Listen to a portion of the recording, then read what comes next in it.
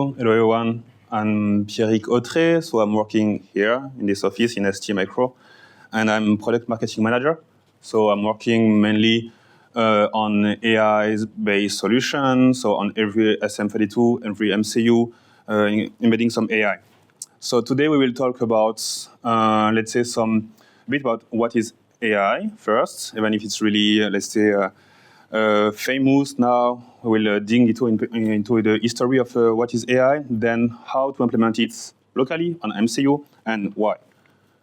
So, okay, let's try to make it really simple. I think there is some people who know already what is AI in the room, some people don't. So let's have a quick introduction. So you know, in life, there is some correlation between things, some patterns.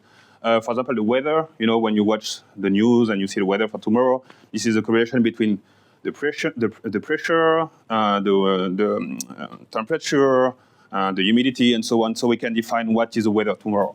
Same for medicine. That's why we make some check sometime to find if there is some disease or something, because we can make some link between some information and some disease and so on.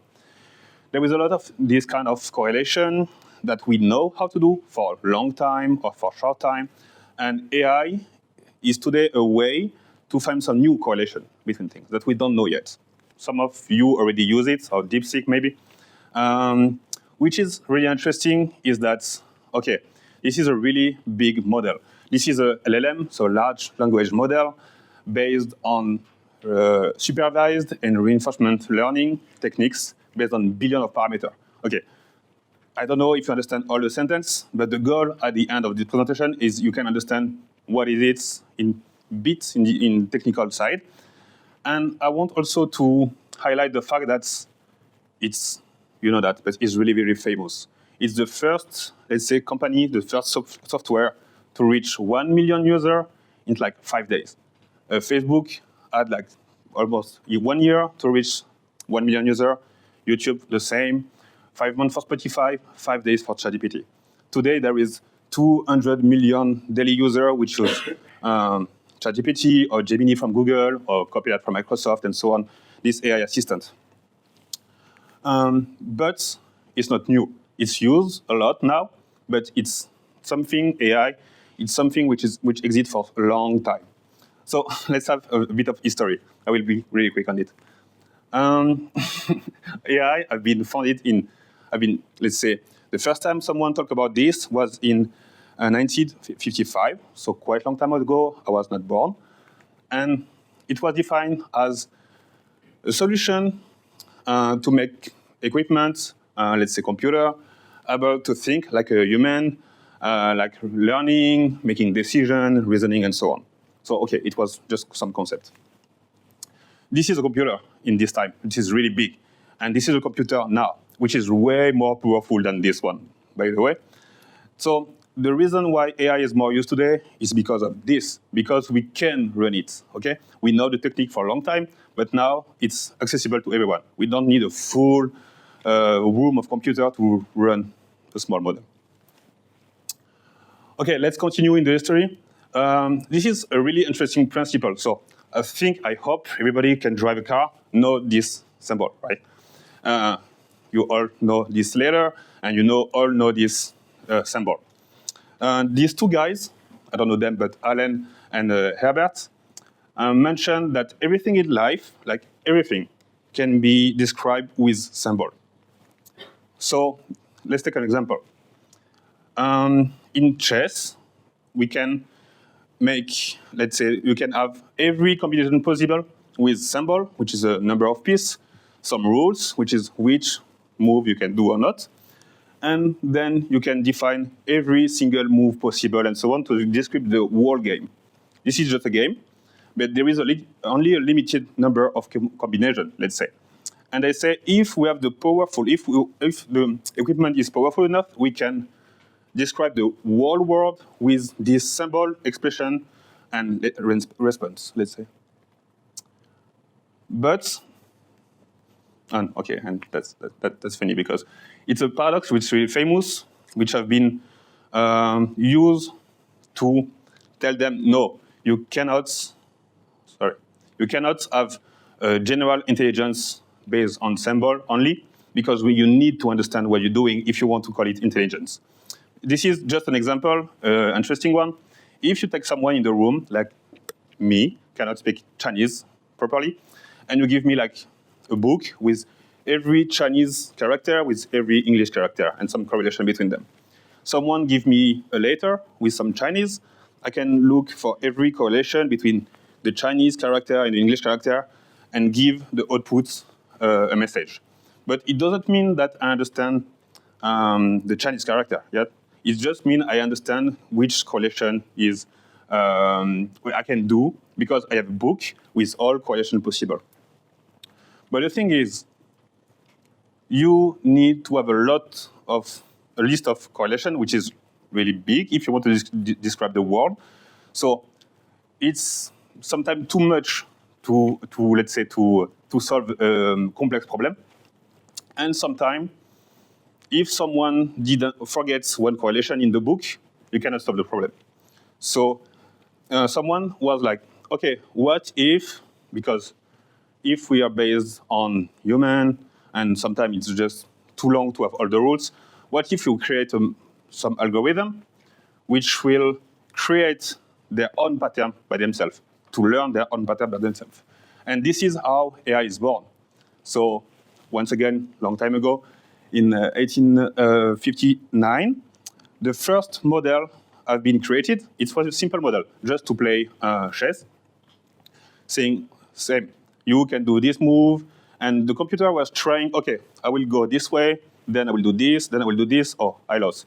So I know what I did before, so I will use this to be better on the next game. This is kind of all together, and a kid. When you try something, it's not working, okay, I will try again a different way. So the model succeeds to get better and better and better by itself, and this is the first model of AI. Okay, so we are done with history. Now we will go in biology. Sorry, after we stop the school things. So we discussed about AI and machine learning, right? Maybe you know about neural network and deep learning. Just to define all these concepts, we need to think about how our brain is made. So maybe you all know we have some neuron in brains, right? And there is some connection between neurons when you learn to do new things. When you learn how to ski, or how to drive, or how to cook, when you learn something new, you create new link between your neurons. Sorry for the biology lesson after 7. But what is important here is when you learn something, there is some link, as I said, and there is some, let's say, some impulsion, some message sent between your neuron, some excitatory signal and some inhibitory signal. Sorry for my accent. But some signal which is like, okay, you should create this link, or some signal saying, oh, you should not create this link. And it makes the magic of the brain. But the interesting thing is we took this concept to create some algorithm based on the same thing. This is a brain neuron. This is an AI neuron. So this is a function with inputs, 3 input here, but kind of more or less, and 1 output. And basically what they did is, okay, if this function, which I will not go in details, but it's simply let's say, the sum of the inputs with the weight, the importance. I can give different importance on every input. If it makes sense, I will activate this neuron. If not, I will not. And this is one neuron, but if you have multiple, you can create some, let's say, stronger algorithm which can solve bigger problem by making some, let's say, optimized path during the neuron. So this is the very simple one, but we can have really big one. And this is not big one. This is simple one, right? There is really, really big one. Like ChatGPT is insane. So this is deep neural network. So basically, now you know AI, machine learning, or equipment can learn, neural network, and deep learning. Okay, we are done with the classes of biology and history. Now, this is a really important concept about AI itself. There is few kind of model which are available today. Not a lot, actually. I mean, category. There is the supervised learning. Basically, this is when you teach the model as a kid. You will say, you will show some example. This is a cat, right? This is a cat, right? This also is a cat. And after a long time, they will be able to understand what is a cat, maybe. So basically, you have to tell them, this is this, and this is that, and this is this, and this is that, and show a lot of example like a kid to make them understand what is it. There is the unsupervised learning, which is powerful because you don't need to tell them, this is a cat, this is a cat, this is a cat. Actually, the equipment, the algorithm, let's say, will understand and look the pattern I was talking about. Oh, this animal have maybe smaller size than a cat or bigger something, or some characteristic, and say, oh, I don't put it in the cat class. I think it's something else. I don't know what, but I think it's something else. This is the unsupervised learning to create some category by itself.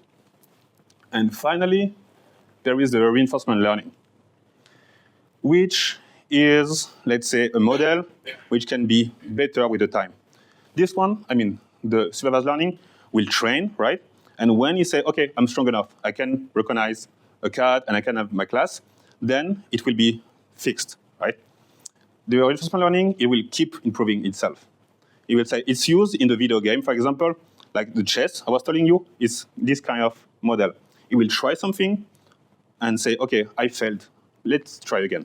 And you find the best way, the best path to be the more effective, and by learning and learning and learning again. Like, OK, I think this one is a cat. At the end, you die. It's not a cat. You don't have to pet him. So next time, you will try to do better. This is, OK, just keep in mind, reinforcement learning will learn and learn and learn again. So this is the three big family of model. And now, let's go in the practical, let's say, topic, how we can develop it and why we should use it. So basically, there is two big steps to use AI, the training part and the inference part. The training part is I will teach the model, this is a cat, this is a cat, this is a cat, OK? And after, you will use the inference, and the teaching phase is finished to use it. I mean, I use the cat example, but it can be like, for security camera, you can show them, oh, this is a human, this is a car, and this is and so on. And the camera can say, OK, I send an alert, not because something is going in front of me, because there is some company in Europe I was working with, and they say, OK, we have some camera everywhere, and there is some people who receive some alerts, like something is moving. So they check, this is a wine, this is, I don't know, a ball or a cat, with a cat again, a cat. And so, OK, this is nothing. And someone need to classify it one by one, and you need to send the frame video every time. So it's not effective because you send a lot of information, and some people spend time just to review the video frame. So now that you are using AI, so every frame video sent to the control, to the police station, let's say, is actually someone. So the police station can say, oh, this is someone who looks like OK, or someone who looks like not OK. So, OK, long story short, there is a training and the inference part, which is, let's say, creating the model and then make it run. To make the training part, you need, once again, a lot of data. I was saying, for the cat example, you need different cat, different position, different color of cat, a really big data set. And it's the same for the sound, for the audio, for the vibration, depending on your application. We will go on application later. Then you can select the right model, supervised learning, unsupervised, and there is subcategory. I will not go in details, but we can discuss about it later. But there is a lot of subcategories. And when the model is selected and trained, you can run it on MCU, computer, cloud, and so on. OK. This is an example of generative model. You all know that, right? To create a picture based on prompt. Don't look at the prompt. I was tired and maybe optimistic, but I was trying to challenge DALL-E about some crazy things, and we can see that the progress in like 1 year is like amazing, and it's going better and better. So this kind of thing is really famous today, but this is only one kind of model. In every category of training, like supervised, unsupervised, and so on, this is a way to train the model, right? These are family of model you can train different way, depending your application. So the first one, the generative model, is to do what I show you, to create some picture, to create some text, to create some video. This is really powerful solution now. But there is also other model which are less famous, let's say, because it's less impressive. We not create a full video with it, but it's really useful for the industry. For example, the anomaly detection, it's really used. It's okay to detect one pattern which is different from the other. So it's really used in the industry. Like some of our customers have big equipment in production, let's say, area in fab, and they have some preventive maintenance. So it means you stop the equipment to change the thing, to be sure that the equipment will not fail during an important phase. So the anomaly detection can help to create some predictive maintenance. So instead of preventive, instead of stopping it every month, you will receive an alert to say, oh, now you should have a maintenance. And it's helped our company, some of our customers, to reduce the downtime, so the moment where the equipment is not working, and it's like million and million of saving. It's like crazy. Classification, easy to understand. Bless you. Classification, easy to understand, is to classify object. I was taking the example of the cat, but it can be a lot of different things. And it can be also something else than image, than picture. It can be some sounds. When you say, hey Siri, is kind of classification. When, let's say, I was talking about maintenance in equipment, if there is a vibration monitoring, like you monitor the vibration, right? You can classify if this is this anomaly, or this is from the motor, or this is from the bearing problem. So you can also classify different signal. And to finish, the regression part is, how can I explain? Same, to make correlation between different things, like the weather I told you before. You take two, let's say, information, two signal, the temperature, the pressure, and you can define a third value. And it's used for example, the battery management system. On your iPhone or your phone, you have the remaining, let's say, percentage of battery, right? And it's used this kind of algorithm to say, okay, the usage is like this, the state of the battery is like this, so I think you should have 60% more left. So this is this kind of algorithm. For whom know a bit of AI, this is some tool to create the model. A very famous tool. There is MATLAB. There is a lot of different, huge ecosystem with a lot of example. You can take some model from AI for free. We have also in ST GitHub repository with some model that you can just take and use if you want to have a solution. And after you can see, we have some demo we can play with. You want to create a solution to detect people. You can take the model already trained and port it on your MCU. There is a lot of ecosystem to help you to create your own application without struggling. There is a lot of documentation if you're interested to learn about it, but there is also a lot of example. So it's really useful and really easy, today to use some AI model and to just create your own application. You don't need to be an AI expert. Okay, so once you have created your model, you want to run it on this kind of board. I will show you later, or some chip, or some, let's say, hardware. So this is the inference part. We already did the training with the framework I told you. Now we want to run the AI model. So why we are pushing edge AI? Okay, we're going on the topic now. Because at the opposite of ChatGPT, which is big, really consuming a lot of energy, and really expensive also to make it run. Running AI on the edge, smaller model, can help to have, let's say, low power solution to avoid to send picture to the cloud, to have the processing on the cloud, to send back the answer. You can do it everything locally, so it will improve, let's say, your latency. And also, some people don't want, I don't know, the vacuum cleaner to send some picture of you in your house to the cloud or something because, okay, security aspect and safety.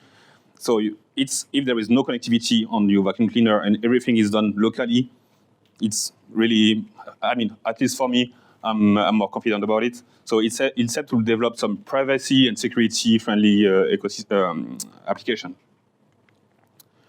We have a tool in ST, which is called STM32QBI, sorry, which is a conversion tool. You take your model, you put it in this tool, and this tool will generate automatically the code to run on your MCU. So you don't need to convert by yourself your Python model into C code. You can do it with this tool, which is made to optimize also your tool. If you are AI engineer, you can optimize the graph. You can select if you want to put some memory, if you want to use external memory. Anyway, you can optimize your model and optimize the, let's say, the usage of the hardware. So long story short, this is a way to convert Python model to C code for STM32. And you can have, okay, this is quite complicated graph, but you can have just either your model or a model that you take on, for example, on the Model Zoo or freely on the web. But the thing is, to do this, to convert the model, you need to have a model. Makes sense? But some people just don't want to use free model, or they cannot create their own model. So we choose to develop one solution where people can just bring their data, so the vibration, the audio data, any kind of data. We're not doing vision today because we want to keep the model small, but to create some solution to make activity recognition, for example, and a lot of application based on vibration, based on current for predictive maintenance and so on, with one tool which is called NanoEdge AI. It's AutoML tool. What is AutoML? It's a tool which will generate the model by themselves. So you just bring the data, and the tool will try to find the best model, the combination. It's not only the model, it's also the parameter and the pre-processing and the post-processing, the best combination of all of this to have an efficient model, to have a high accuracy, like, high accuracy and a low memory footprint. So what is accuracy is when my model say, okay, this is a cat. Okay, you're right. This is a cat. Okay, you're right. This is a cat. Oh, you're wrong. So 2 out of 3. So the accuracy is not really big, not really high. The goal is to increase the accuracy so the model is right most of the time. And there is no false classification, let's say. Okay, this is the 2 tools. So basically, we have one tool to convert your model if you already have, one tool to generate the model from scratch. And we have a lot of application that we are targeting. So I was mentioning it at the beginning of the discussion. You can use AI on every platform. It depends what you want to do. Okay, you can for the battery management system to monitor some currents. You can have a small MCU, let's say a really cost-effective hardware, because you're just managing some signal which are really low footprints. But if you want to go in computer vision to manage some video, some picture, and so on, you need to have a bigger hardware with more processing capability, more powerful, if you want to have an answer quite fast, and if you want to make the model run faster. So let's talk about some application. There is, I told earlier about the predictive maintenance. I didn't ask you where you come from and your company, but we can discuss afterwards. But yeah, I already mentioned this application earlier. We are using a lot of AI now in industry to optimize the process, to optimize the usage of the equipment, and as I was mentioning, to reduce the downtime, so the time the equipment are not working. Okay, I already talked about it. We are working with some Chinese company also doing some washing machine. This is just example, right? I have a couple of examples, but there is a crazy number of use cases. This customer, we were working with Ijun here, my colleague, which will show you the demo afterward, wanted to find a way to weight the clothes. You know, when you put your clothes in the washing machine, it say, okay, there is only one T-shirt or like a full blanket or something. So it will change the washing process, the washing cycles. So, and they want to do this without any sensor, of course. They want to reduce the cost. So we find a way with AI to create some regression model based on the currents of the washing machine and the speed of the drum. We can approximate the quantity of clothes in the washing machine without any sensor. They were quite happy, and good job, Ijun. Another application which is famous now is AR glasses. I don't think there is in the room, but I'm not a fan yet because it's not really famous, but it's coming. I can tell you it's coming. There is a lot of company working on this. AR glasses, as the name is saying, some glasses with augmented reality and some AI features. For example, to control, the menu, I don't know how to say it, you can they use AI and some sensor like camera or other sensor to recognize what you're doing with your hand. If you do this, it will change the menu or something like this. You can pinch and drop and drag and so on. This is quite interesting, but this is just a camera or a sensor looking at your hand, and you can do like crazy things. So we are also using AI on MCU because this is something running locally on the small glasses, so you need something really optimized and with a low consumption. I mentioned about the vacuum cleaner. Thank you. I don't know if someone said it, but the vacuum cleaner, which can detect some objects, some animals to avoid it, to map the room also, and to detect some objects based on computer vision or some sensors which have time of flight or some LiDAR, this kind of sensor which is not image but can, let's say, map a room thanks to other technology. It's a bit long to explain, but same. We can discuss about it later. But we are using Edge AI, so AI running directly on the MCU for this application also. We have, there is a brand. Oops. We have a project currently with a company which are doing some e-bike. And same, they want to reduce the cost. So they want to monitor the pressure in the wheel to send to the user an alert like you should blow your tire, but without any sensor, of course, to reduce the price. So same, we have developed an AI model. So by adding some advanced algorithm, you can reduce the hardware needed. And here with the current, I think it's the current of the motor plus the speed of the wheel, we can define if the tire is over or under gonflé. Thank you, over or under pressure.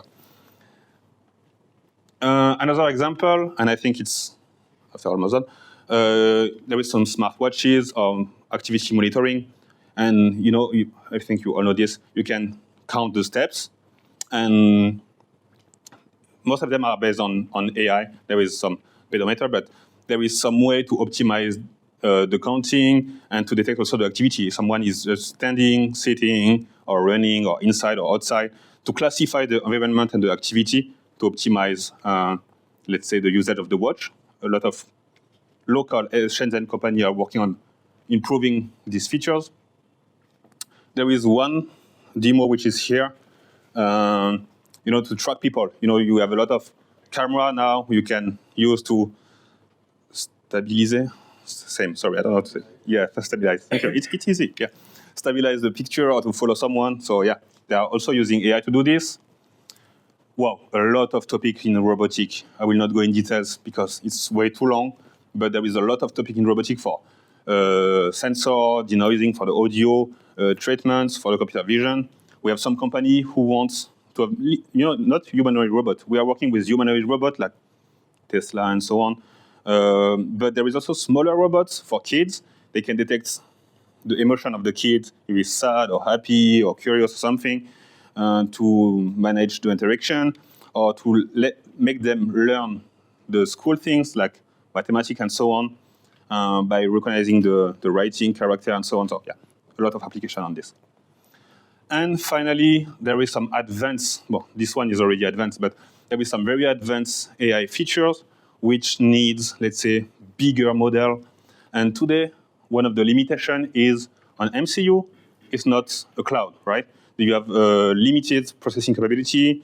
The model can be like ChatGPT. We cannot run ChatGPT on MCU. So the model needs to be quite optimized.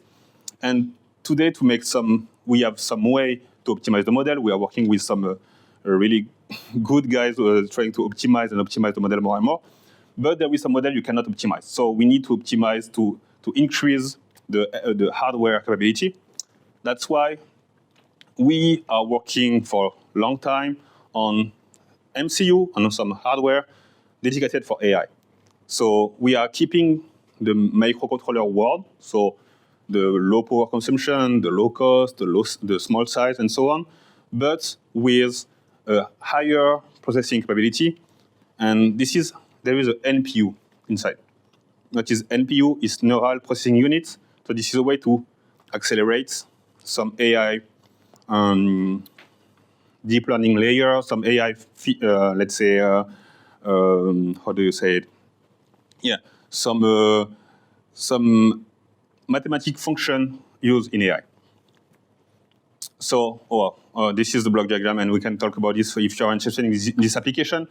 But just to let you know, we did want to make a full big product to manage most of computer vision application, which are the more demanding in terms of processing capabilities today, but also other applications such audio and other time series-based application. We create our NPU. So today there is a lot of actors in Shenzhen, but worldwide, creating the acceleration for the AI. We did create our own one, and yeah, we are pretty proud of it because we are working for 10 years on it, and today we can reach some really good performance. You can see this is a quick benchmark between what we did in the yellow and what is the market standard in a gray-blue. And we can see that the model are running 2 to 3 times faster for like YOLO V8. I don't know if someone know about it, but this is quite a demanding model. And yeah, I think this is some demo that you can check and play with in a few minutes. This is some model, once again, to detect some people, to track the activity, to recognize the gesture, and so on. Like this is used for the pinch and grab and for the eyeglasses things.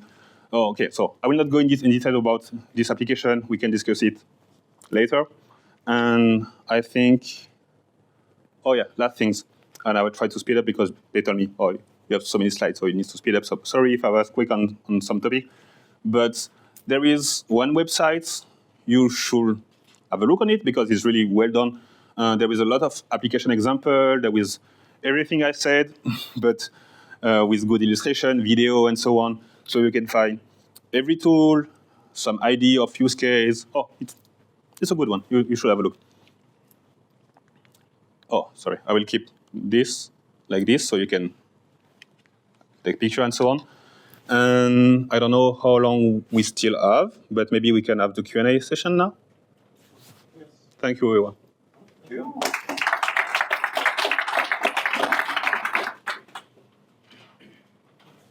have a question. Yes. So, do I need to stand up or I can sit down? Up to you. Up to you. Speak loud. Okay, I can speak loud. Can you hear me? Yeah. Okay, cool. Okay, thank you for your very good presentation. Thank you. I enjoyed it. So my first question is coming from the comparison between sensors and using AI models. Mm-hmm. So, like some of your customers came to you saying, we want to have this functionality, but without sensors. And from what I've seen so far in the market, right, we can achieve some of these things with actually cheap sensors. So what is the distinguishing factor that makes you stand out when you say, okay, I'm going to go fully AI with that sensor? Because if you're going to go fully AI, of course, if it's in a new niche, you need to train model. Yeah. Training of model is extra cost, right? You need to get some little hardware like the NPUs and everything. It's still a little bit of cost. But at the same time, you can still get a cheap sensor, maybe a pneumatic sensor, any kind of sensor. You put it inside it, and you just create a small board that can read data from the sensor and feed it back to. Yeah. So, what's the line? Because to me, I still see a blurry line between comparing using of sensors without AI and using of AI without sensors. What's the main advantages here? I see. Thanks for the question. It's a good one, actually. Okay, so I will talk about my experience. I don't have a generic answer, but I'm working on this topic for quite a few years. And what I can see with companies who want to remove sensor and use AI instead, it's mainly for new products. So they will not update the model. They could do it. They could update the model, but the project need to be connected to the cloud and to make some firmware updates. So that's most of the case is some new product. And when they need to choose between software, which is free, there is some development effort, and it takes some time. Yeah, but basically it's fixed cost. You will not add every cost to every product. Even if you use a real chip sensor, like 1 cent, 2 cents real chip sensor, if you have one or 2 million products a year, it's still a cost. So they prefer to invest few months on solution based on software and to forget about the hardware costs later. And maybe they can use this solution on 10 products for 10 years. And so basically, even if it's small cost, if you are a big company making billions of products, you want to avoid this small cost. So this is the company I can meet. Some of them are afraid about AI, like, I don't understand how it's working, so I don't do this. But there is more and more trying and be like, it's working well, so maybe we should choose this way instead of adding hardware, and there is more and more. So yeah, the line is not really, today it's still a period where people are learning about it, and they are taking some new engineer, hiring some engineer to do this. So it's a transition period, let's say. But I can see more and more companies are doing this move. I don't know if I answered your question. Yeah, perfect. Thank you. Any other question? Yeah. What is this? This spike up. So actually, if the company, if the tablets, okay. This is, can you hear me? Yeah. Okay. This is a partner of ST who did a solution. Okay, so I cannot bring some cars in the room. It will be quite difficult. So it's just a video of some cars driving in the parking lot. And there is the board with I show you the MCU with a camera, which is detecting the license plate, and you can see later this demo. And you can see that it's detecting the license plate, take a picture of it, and also recognize the letters and the number. So it's just reading the number of the plates without any cloud connectivity and so on. And in China, there is a lot of this, right? Yeah. You can see when you're going, they can recognize your plate and so on. And this is a way to make it run on smaller and cheaper MCU. So yeah, basically it did this. So you mean right now it's like all the parking barriers are using like some of your technologies? No, they are using some, let's say, either bigger hardware, so a bit more expensive and so on. Either there is just a computer like a gateway, and they will send the picture to this gateway. The gateway will make the processing and so on. So it's bigger, let's say, units where you can just use an MCU and just do it locally. But today this solution is quite new. A partner of us did it. So the goal is my goal is to make company understand that you don't need NVIDIA GPU to make some computer vision application. You can do it with small MCU. So Edge AI basically is to help you to save cost compared to huge generative AI running on the cloud. So cost, power consumption, and some privacy issue and so on. Yeah. So it's a local AI and at a lower cost. Yeah, exactly. Yeah. But once again, ChatGPT cannot run on it. Yeah. You know, but we can do like optimize some solution. Like there is some company for like who want us to detect some word. Sorry. For example, turn on, turn off, or something. A simple word, you know, and you can do it locally. And if you want, and then you can wake up the system, and it can send the full sentence to the cloud instead of listening all the time without stopping, which is optimizing the system with Edge AI. Yeah. I hope it's clear. Yeah, Okay, cool. So sorry. I can sit here. We can discuss. I don't want to. So I see you used STEM+2. So this is also applicable to things like Raspberry Pi, ESP. You can all work on this, right? So our solution are doing some code for STM32. So you can it will not work on a competition. I mean, on other MCU because this is dedicated and optimized for STM32. But Edge AI can run on Raspberry Pi, of course. I was just trying to follow up on his question where he said, like you said, you could not use some bigger models like all these LLMs like Llama, GPTs and stuff. So like, okay, if we can use Raspberry Pi, we can definitely.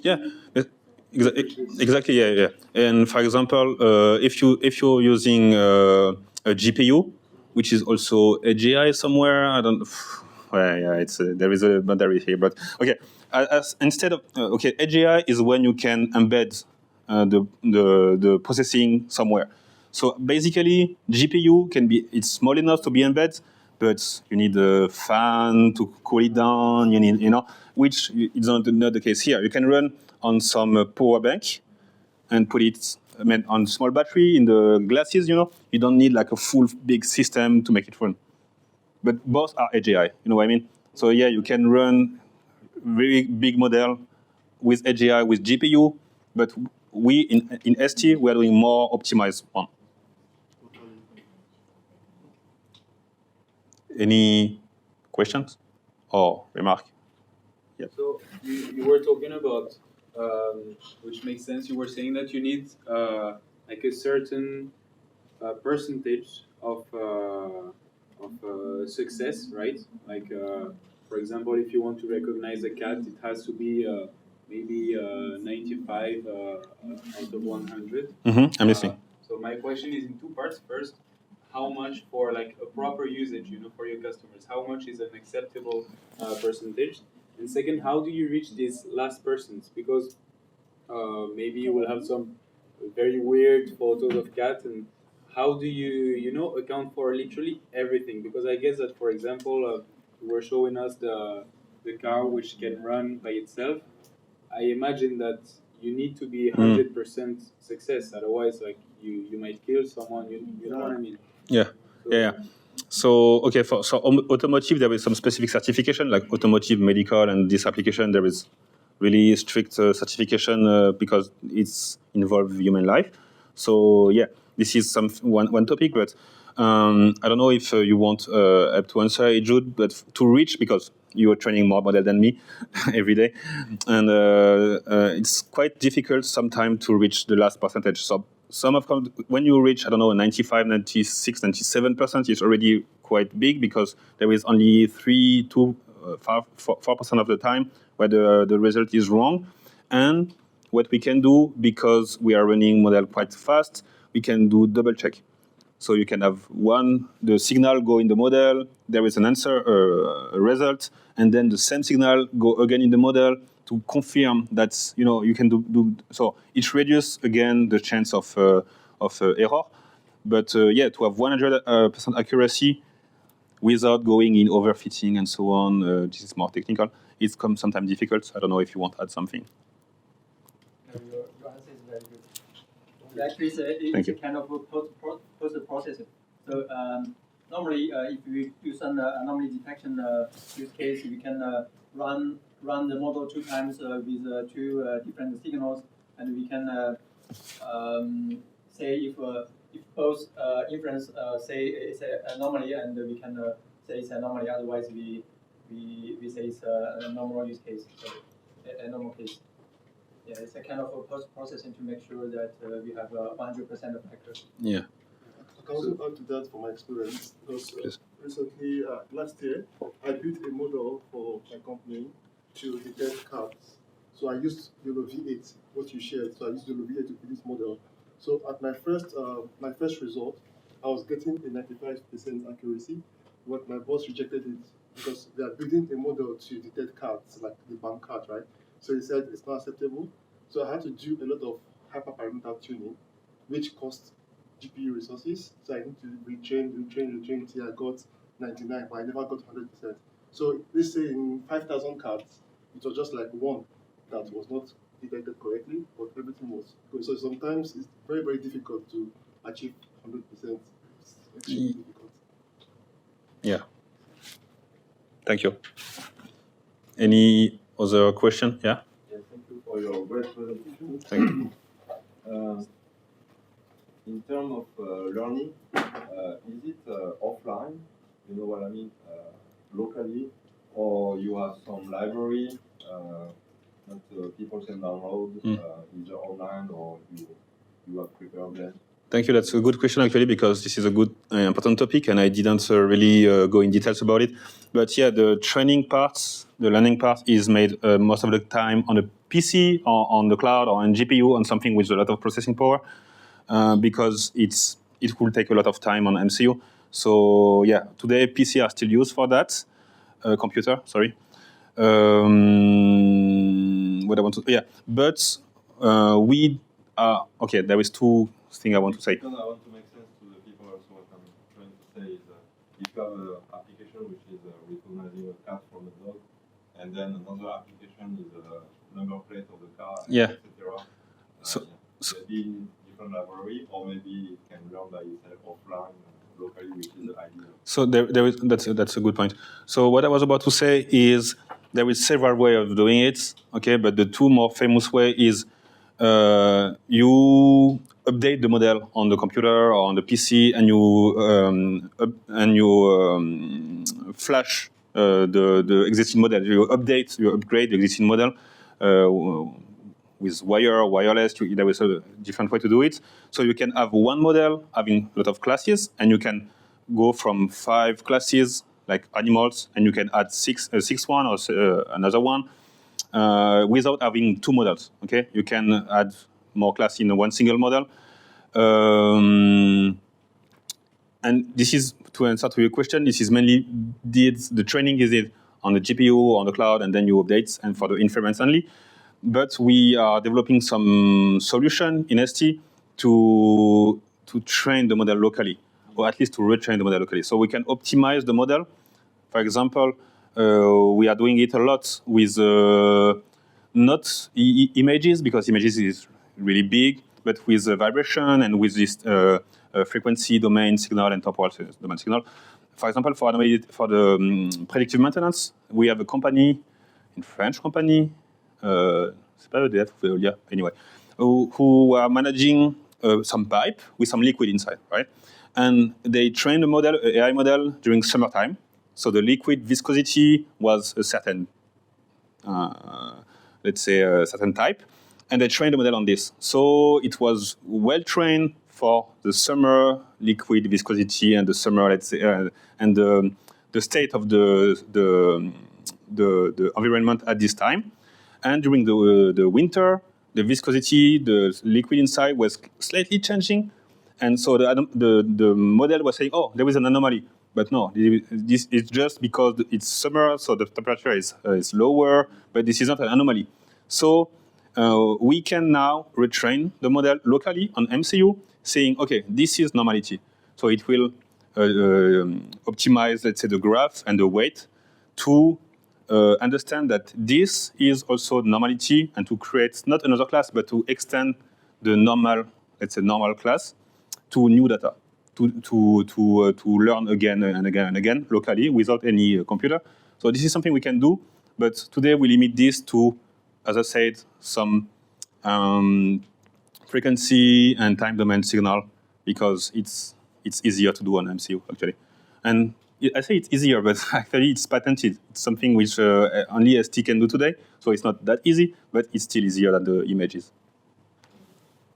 Extending on next question, so let's say talking from the consumer point, do you also support any kind of do you focus on optimization before it goes to the customer, or do you also take in like the feedback loops after the product is in the customer? Let's say you've spoken about like the washing machine, which kind of takes in the weight of the clothes, and there is also a case where once it goes into the customer, you understand the model is a little different in practical. So is it 100% locally run, or do you also optimize it later? Same. I will answer a part of the question, and after I will let Ijun because he was working on the washing machine topic. But most of our customers, there is quite a long or at least complex validation period. So they trying to validate in different environment or different equipment to be sure that they check all the test condition. And basically, we don't need to call back and to update the model. So this is the first option, but I don't know if you want to precisely, June, about the washing machine case, or same. Sorry, I didn't get the question. So actually, is it? Do we need some time? And tell me if I'm wrong. To let's say to retrain the model once it's already been deployed. No need. Most of the case, we limit to the validation process of the company, but it can be long. So it's yes and no, because sometimes we send a model, an optimized model, and they say, oh, no, on your lab, on our lab, it's working well, but on their lab, in their condition, it's not. So we take the model, we retrain it, or optimize, we send some engineer there, so it's a lot of ping-pong play game. But it's optimized for production, and after when you deploy, you need to be sure that it's validated before launching exactly millions of washing machines. And sometimes there is some production. They launch in production without. Maybe I should not say that, but without saying. So it's not activated features.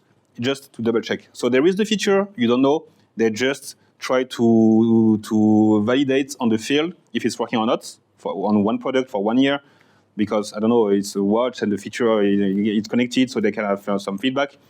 And then if they say, okay, so we tried it without selling our customer, now we need to have a watch with this feature, and we will make them pay more expensive because there is this feature.